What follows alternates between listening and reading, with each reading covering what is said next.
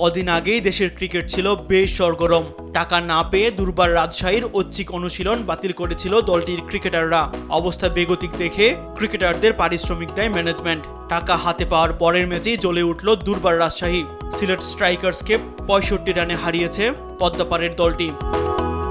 চট্টগ্রামের জহুর আহমেদ চৌধুরী স্টেডিয়ামে টসে জিতে ব্যাটিংয়ে নেমে ঝোড়ো শুরু পায় রাজশাহী। ৩ ওভারেই স্কোরবোর্ডে ২৯ রান তুলে ফেলে তারা।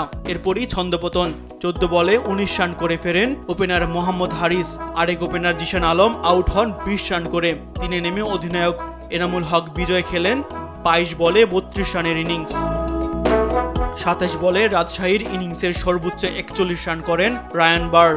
এই বিদেশি রিক্রুট ফেরার পর শেষ দিকে সেভাবে জ্বলে উঠতে পারেননি রাজশাহীর আর কোনো ব্যাটার।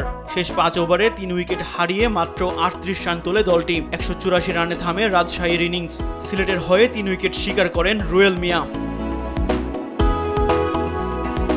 লক্ষ্য তাড়া করতে নেমে প্রথম ওভারেই স্টার্লিংয়ের উইকেট হারায় সিলেট।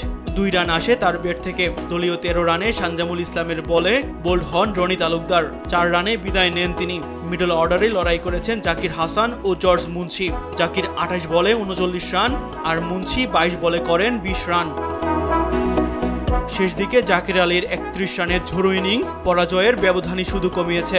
রাজশাহীর সানজামুল ২৫ রানে নেন ৩টি উইকেট। ২টি করে উইকেট শিকার করেছেন তাসকিন, মৃত্যুঞ্জয় ও আফগানিস্তানের আফতাব আলম। এ জয়ে ৭ ম্যাচে ৩ জয়ে পয়েন্ট টেবিলের ৪ নম্বরে উঠে এসেছে রাজশাহী। সমান ম্যাচে ৫ হারে তালিকার ৬-এ সিলেট স্ট্রাইকার্স।